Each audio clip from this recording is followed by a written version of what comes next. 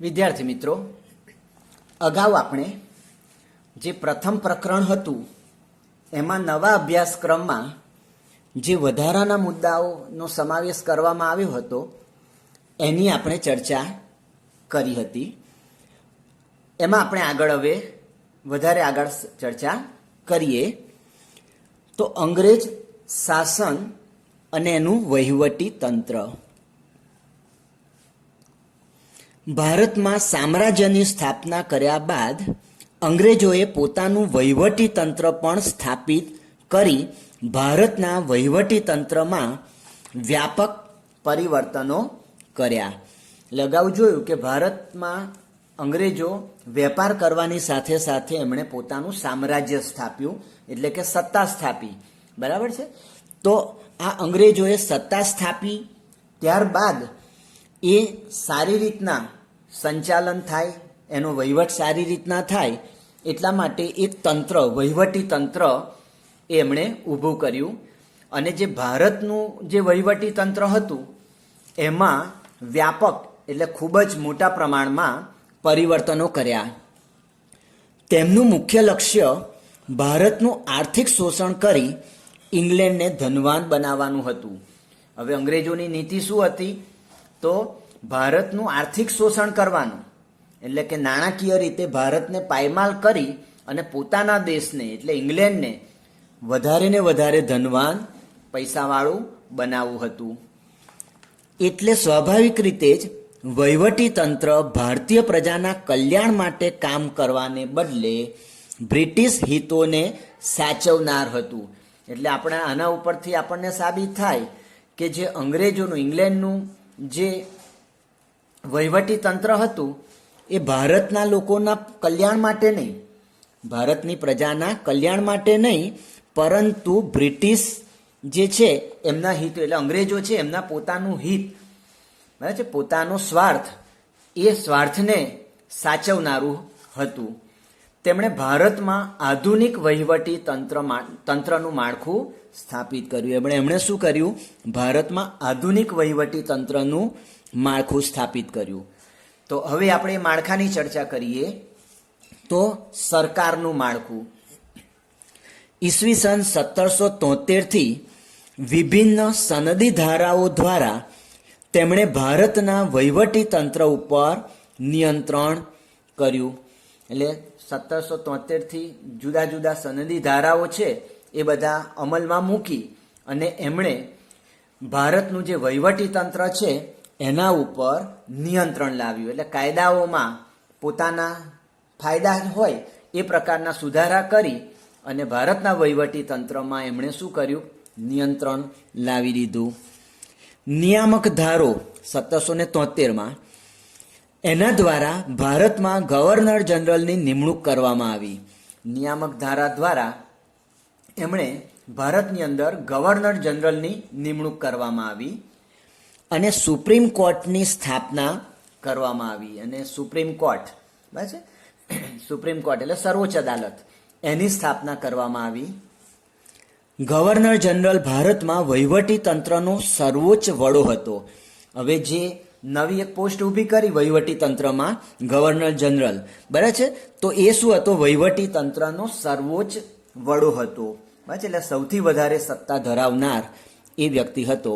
અને તેને મદદ કરવા માટે 3 સભ્યોની પરિષદ નીમવામાં આવી હતી. અને એ પોતે જે આ ગવર્નર જનરલ છે એ સારી રીતના વહીવટ કરી શકે એટલે એને મદદરૂપ થવા માટે 3 સભ્યોની પરિષદ નીમવામાં આવી. એટલે એનું એક મંડળ રચવામાં આવ્યું.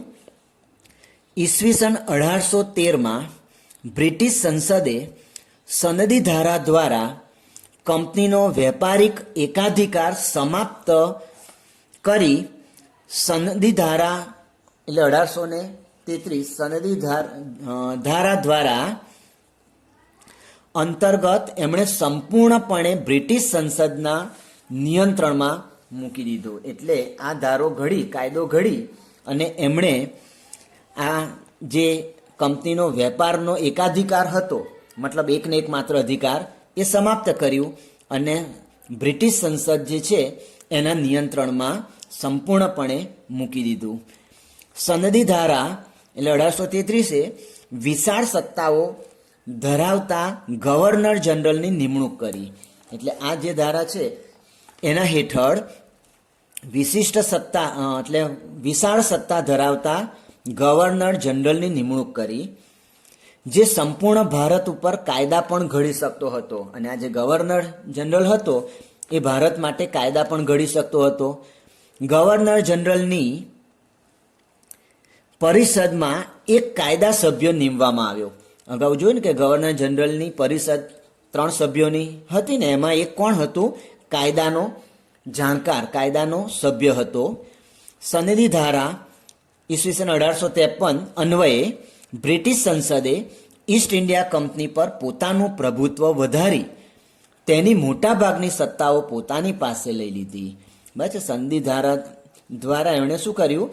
બ્રિટિશ સંસદે જે ઈસ્ટ ઇન્ડિયા કંપની હતી એના ઉપર પોતાનું પ્રભુત્વ વધારી દીધું. ભારતની કંપની હતી એના ઉપર પોતાનું પ્રભુત્વ વધારી દીધું અને મોટાભાગની જે સત્તાઓ હતી ઈસ્ટ ઇન્ડિયા કંપનીની એ પોતાના હસ્તક લઈ લીધી.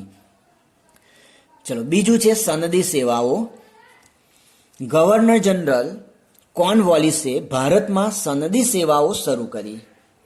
તેણે કંપનીના કર્મચારીઓને વેપાર કરવા પર પ્રતિબંધ મૂકી ભ્રષ્ટાચાર વિરુદ્ધ નિયંત્રણો મૂક્યા. હવે એણે કોર્નવોલિસે શું કર્યું?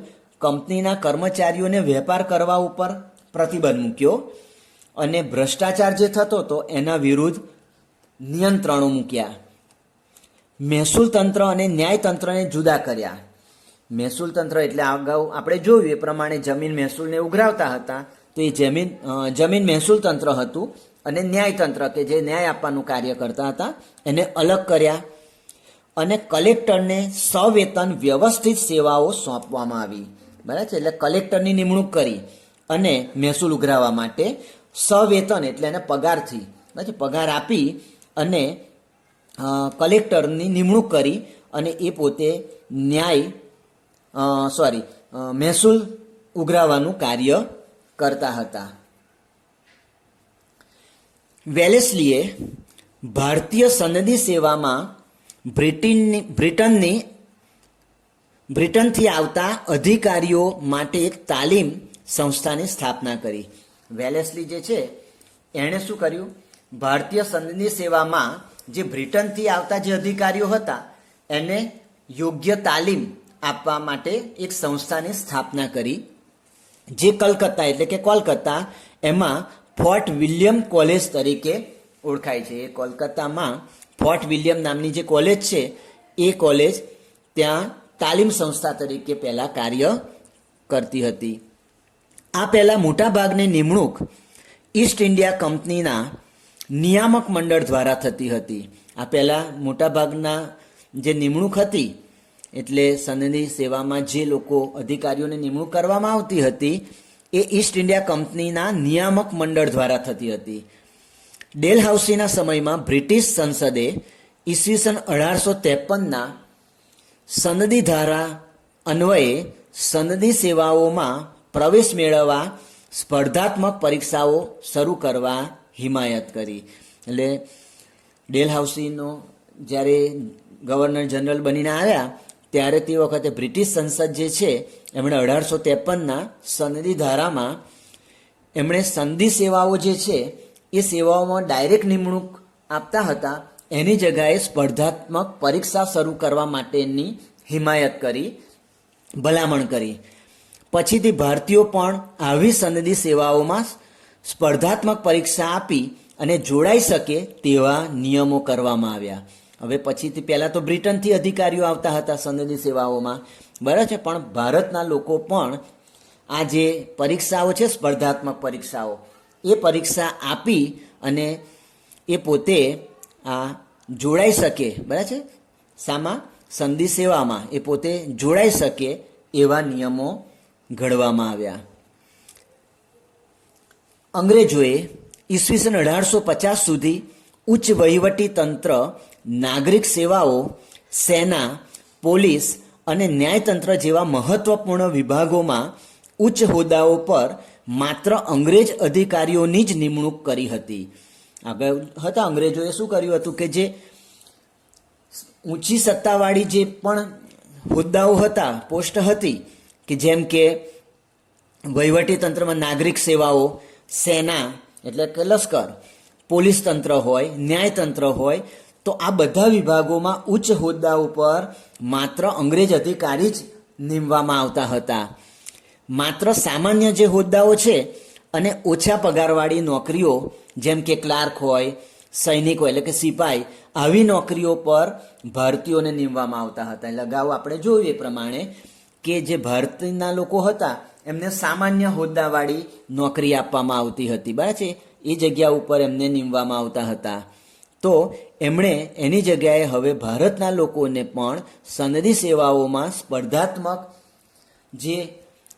સ્પર્ધાત્મક પરીક્ષાઓ છે એ પરીક્ષાઓમાં એ પોતે ભાગ લઈ શકતા હતા અને આમાં જોડાઈ અને પોતે ઉચ્ચ હોદ્દો પ્રાપ્ત કરી શકે એ પ્રકારની હિમાયત કરેલી હતી. હવે આપણે લશ્કર તેના વિશે સમજીએ. ભારતમાં બ્રિટિશ શાસન વિશિષ્ટ લશ્કરી નીતિને કારણે અસ્તિત્વમાં આવ્યું હતું. તો ભારતમાં બ્રિટિશ શાસન જે છે એ સ્થપાવવા પાછળનું એક કારણ એ પણ હતું કે એમની પાસે વિશિષ્ટ લશ્કર હતું અને એમની નીતિને કારણે એ ભારતની અંદર શાસન જમાવી શક્યા. અને આ લશ્કરી નીતિનું મુખ્ય લક્ષ્ય શું હતું? તો કે તેનું લક્ષ્ય ભારત જીતવાનું તેમજ ભારતના આંતરિક વિદ્રોહોને દબાવવાનું અને બ્રિટિશ સામ્રાજ્યનો વિકાસ કરવાનું હતું. એટલે કે ભારતમાં જીત મેળવવાની અને ભારતમાં જે પોતાના તરફ પોતાના વિરોધમાં જે વિદ્રોહો થઈ રહ્યા હતા એને દબાવવાનું હતું અને પોતાનું જે બ્રિટિશ શાસન છે એનો વિકાસ કરવાનું હતું. તેમાં એ સફળ નીવડ્યા હતા અને આપણે જોયું કે ધીમે ધીમે સમગ્ર દેશની અંદર પોતાનું સામ્રાજ્ય સ્થાપી દીધું, એટલે એ તેઓ સફળ પણ રહ્યા હતા. કંપનીની સેનામાં અનેક ભારતીયો સૈનિકો તરીકે જોડાયા. આજે કંપનીની સેના એટલે કે અંગ્રેજ સરકારની સેનામાં ઘણા બધા ભારતીયો સૈનિકો તરીકે જોડાયા હતા. અંગ્રેજો જ માત્ર ઉચ્ચ અધિકારીઓ બની શકતા અને આ સૈન્યનું ખાસ લાક્ષણિકતા શું હતી કે એમાં ઉચ્ચ અધિકારી જે છે ને એ અંગ્રેજ વ્યક્તિ જ હતો અને આપણા જે ભારતના લોકો હતા એમને સામાન્ય હોદ્દો મળતો. એટલે કે અંગ્રેજો જ માત્ર ઉચ્ચ અધિકારીઓ બની શકતા. ભારતીયો લશ્કરમાં સુબેદારથી ઊંચો હોદ્દો ધરાવી શકતા નહીં. એટલે વધુમાં વધુ એ સુબેદાર તરીકે ને એ હોદ્દો મળતો, એનાથી વિશેષ હોદ્દો મળતો નહીં. સૈનિકોને નિયમિતપણે માસિક પગાર મળતો. અગાઉ આપણે જોયું હતું કે ભારતના જે સૈનિકો હતા એમને 7 રૂપિયા જ પગાર મહિને મળતો હતો અને એમના અંગ્રેજ જે અધિકારીઓ હતા એમને 150 રૂપિયા જેટલો અતિશય વધારે પગાર મળતો હતો. હવે આપણે પોલીસ એના વિશે સમજીએ. લશ્કર જેટલું જ મહત્વનું બ્રિટિશ પોલીસ તંત્ર હતું. એટલે જે લશ્કર છે એ લશ્કર યુદ્ધ લડવાનું અને પોલીસ જેનું ખાતું જે છે પોલીસ તંત્ર એ દેશની કે રાજ્યની જે સલામતી છે એ અને કાયદા કાનૂનનો પાલન કરાવવાની જવાબદારી આવે છે. તો લશ્કર જેટલું જ મહત્વનું બ્રિટિશ પોલીસ તંત્ર હતું, જેની શરૂઆત ગવર્નર જનરલ કોર્નવોલિસે કરી હતી. એટલે પોલીસ તંત્રની શરૂઆત કોણે કરી હતી? ગવર્નર જનરલ કોલિસે કરી હતી. પરંપરાગત ભારતીય સામંતશાહી પોલીસ ખાતાની જગ્યાએ તેને આધુનિક પોલીસ ખાતાની સ્થાપના કરી. એટલે ભારતમાં પહેલાં સામંતશાહી પોલીસ ખાતું હતું જ, બરાબર છે, તો એની જગ્યાએ આધુનિક પોલીસ ખાતાની એમણે સ્થાપના કરી. જિલ્લા કક્ષાએ પોલીસ અધિકારી તરીકે જિલ્લા પોલીસ અધિક્ષક એટલે કે DSP ડિસ્ટ્રિક્ટ સબ પોલીસ, બરાબર છે, તો પોલીસ અધિકારીની નિમણૂક કરી. વિભિન્ન જગ્યાએ પોલીસ સ્ટેશનની શરૂઆત કરાવી. જુદી જુદી જગ્યાએ પોલીસ સ્ટેશનો સ્થાપ્યા. તેના પર એક ફોજદારની નિમણૂક કરી અને દરેક પોલીસ સ્ટેશનમાં એક ફોજદારની નિમણૂક કરી. ગામડામાં ચોકીદારની નિમણૂક થતી અને ગામડું હોય ત્યાં ચોકીદારની નિમણૂક કરવામાં આવતી. પોલીસ તંત્રમાં પણ ઉચ્ચ હોદ્દાઓ પર માત્ર અંગ્રેજો જ રહી શકતા. જો એમની આ નીતિ હતી કે પોલીસ ખાતામાં પણ પોલીસ તંત્રમાં પણ જે હોદ્દા હતા એ ઉચ્ચ હોદ્દાઓ ઉપર તો એ પોતે અંગ્રેજો જ રહી શકતા હતા. ભારતીયો સિપાઈ એટલે કે કોન્સ્ટેબલ કક્ષાએ કામ કરતા હતા. એટલે સિપાઈ સામાન્ય પોલીસ તરીકેનું એમને કામ કરવાનું હતું. પછી ન્યાયતંત્ર. ભારતમાં ન્યાયતંત્રની શરૂઆત વોરન હેસ્ટિંગ્સે કરી હતી. ભારતની અંદર ન્યાયતંત્રની શરૂઆત કોણે કરી હતી? વોરન હેસ્ટિંગ્સે. ઈસવીસન 1773ના નિયામક ધારા અન્વયે ભારતમાં સર્વોચ્ચ અદાલતની સ્થાપના થઈ. અગાઉ જોયું ને કે ભારતમાં 1773માં જે નિયામક ધારો લાગુ પાડવામાં આવ્યો એના અન્વયે ભારતમાં સર્વોચ્ચ અદાલતની સ્થાપના થઈ હતી. અંગ્રેજોએ ન્યાયતંત્રમાં દીવાની અને ફોજદારી એમ બે પ્રકારની કોર્ટની સ્થાપના કરી. એટલે બે પ્રકારના ગુના તો એ પ્રકારે દીવાની અને ફોજદારી એમ બંને પ્રકારની કોર્ટની સ્થાપના કરી. કોર્નવોલિસે ઈસવીસન 1793 એમાં ન્યાય વ્યવસ્થામાં ખાસ્સા પરિવર્તનો કર્યા. એટલે ઘણા બધા એમણે પરિવર્તનો કર્યા. તેણે 4 પ્રાંતીય અદાલતો શરૂ કરી તેમજ દરેક જિલ્લામાં જિલ્લા ન્યાયાધીશના વડપણ હેઠળ દીવાની અદાલતની સ્થાપના કરી. એમણે 4 પ્રાંતીય અદાલતો શરૂ કરી અને સાથે સાથે એમણે દરેક જિલ્લામાં જિલ્લા ન્યાયાધીશ ડિસ્ટ્રિક્ટ કોર્ટ બરાબર છે એના વડપણે એટલે કે એમના માર્ગદર્શન હેઠળ એમના તાબા હેઠળ નિયંત્રણ હેઠળ દીવાની અદાલતની સ્થાપના કરી. જિલ્લા અદાલતો ઉપર દીવાની અદાલતો સ્થપાઈ. જે જિલ્લા અદાલતો હતી એના ઉપર દીવાની અદાલતો પણ સ્થપાઈ. જ્યારે જિલ્લાના ન્યાયાલય તરીકે રજિસ્ટ્રારની અદાલતો અને તેની તાલુકા અદાલતો સ્થપાઈ. ન્યાયાધીશોને મુનસફ અને અમીન તરીકે ઓળખવામાં આવતા. જે તે વખતે જે ન્યાય કરે ન્યાયાધીશ એને શું કહેવામાં આવતું હતું? મુનસફ અથવા તો અમીન તરીકે ઓળખવામાં આવતા. જેઓ ભારતીય ન્યાયાધીશ હતા. કોણ હતા? એ ભારતીય ન્યાયાધીશ હતા. જો કે ભારતીય ન્યાયાધીશોની નિમ્ન સ્તરે નિમણૂક કરવામાં આવતી. એટલે ખૂબ ઓછા પ્રમાણમાં એમની નિમણૂક કરવામાં આવતી. તેણે તમામ માટે સમાન કાયદાની જોગવાઈ કરી. બરાબર છે. આગળ આપણે જોયું ને કે વોરન હેસ્ટિંગે જે આ ન્યાયતંત્ર સ્થાપ્યું તો એમણે તમામ માટે સમાન કાયદો બરાબર છે એટલે એક સમાન કાયદાની જોગવાઈ કરી. હિન્દુ અને મુસ્લિમ કાયદાઓને બદલે અંગ્રેજી કાયદા લાગુ કર્યા. ભારતમાં હિન્દુ અને મુસ્લિમ જે કોમ રહેતી હતી પ્રજા રહેતી હતી તો એના જે કાયદાઓ હતા એ બધાની જગ્યાએ અંગ્રેજી કાયદા લાગુ કર્યા. વિલિયમ બેન્ટિકે સૌ પ્રથમ વખત ભારતીયોને ન્યાયતંત્રમાં ઉચ્ચ હોદ્દા પર મૂકવાની શરૂઆત કરી. એટલે વિલિયમ બેન્ટિક છે એણે સૌ પ્રથમ ભારતના જે લોકો છે એને ન્યાયતંત્રમાં ઉચ્ચ હોદ્દા ઉપર મૂકવાની શરૂઆત કરી. નહીં તો અત્યાર સુધી ઉચ્ચ હોદ્દા ઉપર અંગ્રેજ વ્યક્તિ જ રહેતી. બ્રિટિશ એમના પોતાના માણસની નિમણૂક કરતા હતા. જ્યારે આ વિલિયમ બેન્ટિકે સૌ પ્રથમ વખત ભારતીયોને ન્યાયતંત્રમાં ઉચ્ચ હોદ્દા ઉપર મૂકવાની શરૂઆત કરી. કલકત્તા એટલે કે કોલકાતા, મદ્રાસ, ચેન્નઈ અને મુંબઈમાં હાઈકોર્ટની સ્થાપના કરવામાં આવી. કાયદાઓ સ્પષ્ટ લેખિત સ્વરૂપે અમલમાં મૂકીને ઈસવીસન 1833માં આધુનિક કાયદાની શરૂઆત કરવામાં આવી. એટલે 3 જગ્યાએ કલકત્તા, મદ્રાસ અને મુંબઈ એમાં હાઈકોર્ટની સ્થાપના કરી. કાયદાઓ સ્પષ્ટ લેખિત સ્વરૂપે એટલે કાયદાઓને લેખિત સ્વરૂપ આપ્યું અને એ રીતના અમલમાં મૂકીને 1833માં આધુનિક કાયદાની શરૂઆત કરવામાં આવી. બ્રિટિશ સરકારે આ રીતે ભારતમાં કાયદાના શાસનની સ્થાપના કરી સૌને માટે એક સમાન કાયદાની નીતિ અપનાવી. એટલે એમણે કાયદા જે અમલમાં મૂક્યા એ કાયદા કેવા હતા? એક સમાન કાયદાની એક સમાન નીતિ એમણે અપનાવી હતી. જ્ઞાતિ, ધર્મ કે વર્ગના આધારે કાયદામાં કોઈ ભેદભાવ ન હતો. એટલે કોઈ પણ જ્ઞાતિની વ્યક્તિ હોય, કોઈ પણ ધર્મનો કે કોઈ પણ વર્ગનો, ઉચ્ચ વર્ગ હોય કે નિમ્ન વર્ગનો હોય, પણ એમાં કાયદામાં કોઈ ભેદભાવ રાખવામાં આવતો ન હતો. સામાન્ય લોકો માટે પણ ન્યાયાલયના દરવાજા ખોલી નાખવામાં આવ્યા હતા. એટલે કોઈ પણ સામાન્ય વ્યક્તિને પણ જો ન્યાય મેળવવો હોય તો આ ન્યાયાલયમાં એટલે કે કોર્ટમાં એ પોતે જઈ શકતો હતો. દરવાજા ખોલી નાખવામાં આવ્યા હતા એટલે એ કોઈ પણ જાતની રોકટોક વગર એ આ ન્યાયાલયમાં એટલે કે કોર્ટમાં જઈ શકતો હતો. આપણે બ્રિટિશ વહીવટી તંત્રને આધુનિક વહીવટી તંત્ર કહી શકીએ. આગળ જોયું ને કે એણે બધા સુધારા કર્યા, આધુનિક ફેરફારો કર્યા એટલે આપણે આધુનિક વહીવટી તંત્ર કહી શકાય.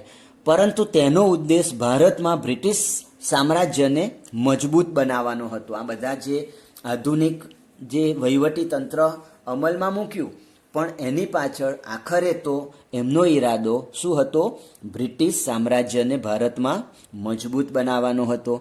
એટલે ભારતીયો આ વહીવટી તંત્રનો પૂરતો લાભ લઈ શક્યા નહીં. કહેવા માટે બધી વસ્તુ બરાબર હતી પણ જેવો લાભ મળવો જોઈએ એવો આ વહીવટી તંત્રનો લાભ ભારતના લોકોને મળી શક્યો નહીં.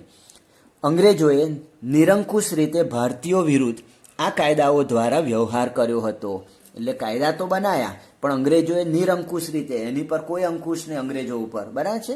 એ રીતના ભારતીય વિરુદ્ધ આ કાયદાઓ દ્વારા વ્યવહાર કરવામાં આવ્યો. એટલે કાયદા બનાવ્યા ખરા પણ કાયદા વિરુદ્ધ જ ભારતની વ્યક્તિઓ સાથે, ભારતના લોકો સાથે વ્યવહાર કરવામાં આવતો. એટલે બ્રિટિશ શાસનથી ભારતમાં એક અવિશ્વાસનું વાતાવરણ ઊભું થયું. એટલે બ્રિટિશ શાસન સામે અવિશ્વાસ, કે કહે છે કંઈક જુદું અને એમનો ઈરાદો જે કંઈક જુદો છે, બરાબર, અને કંઈક કરે છે પણ જુદું. તો આ રીતના ભારતમાં એક અવિશ્વાસનું વાતાવરણ ઊભું થયું. પ્રબુદ્ધ ભારતીયોએ તેનો વિરોધ કર્યો.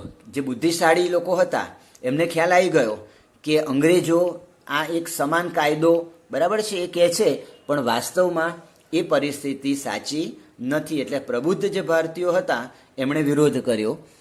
મહાત્મા ગાંધીજીએ લખ્યું કે ભારતની પ્રજા માટે વિદેશી શાસન અને વિદેશી કાયદો એ બંને અસ્વીકાર્ય છે. મહાત્મા ગાંધીએ શું કીધું? ભારતની પ્રજા માટે વિદેશી શાસન પણ સ્વીકારવા યોગ્ય નથી અને વિદેશી કાયદાઓ પણ અસ્વીકાર્ય છે, તેનો સ્વીકાર થઈ શકે તેમ નથી. કારણ કે તેનાથી ભારતીય જનતાની સુખાકારીને બદલે બ્રિટિશ સ્વાર્થની પૂર્તિ થાય છે. તો આ કાયદો અને શાસનથી ભારતના જે લોકો છે, ભારતની જે જનતા છે, એની સુખાકારી થવાને બદલે બ્રિટિશ સ્વાર્થની, એટલે બ્રિટિશરો જે છે એમના પોતાના સ્વાર્થ માટે આ કામ કરી રહ્યા છે, તો એમના સ્વાર્થની પૂર્તિ થાય છે એમ કહેવામાં આવ્યું. હવે વિદ્યાર્થી મિત્રો, આપણે અહીંયા આગળ આ જે પ્રકરણની અંદર કે સાલવારી ઘટનાઓની ક્રમશઃ જે સમજ આપી છે એ માત્ર તમારી સમજ મેળવવા પૂરતી જ છે, એના મૂલ્યાંકનનો ભાગ બનાવેલ નથી. એટલે કે આ બધી જે સાલ છે એ સાલ તમને પરીક્ષામાં પૂછી શકાશે નહીં અથવા તો ઓછી પૂછાશે, બરાબર છે? કેમ કે આ તમારી સમજ માટે, તમારી જાણકારી માટે જુદી જુદી સાલ આપેલી છે.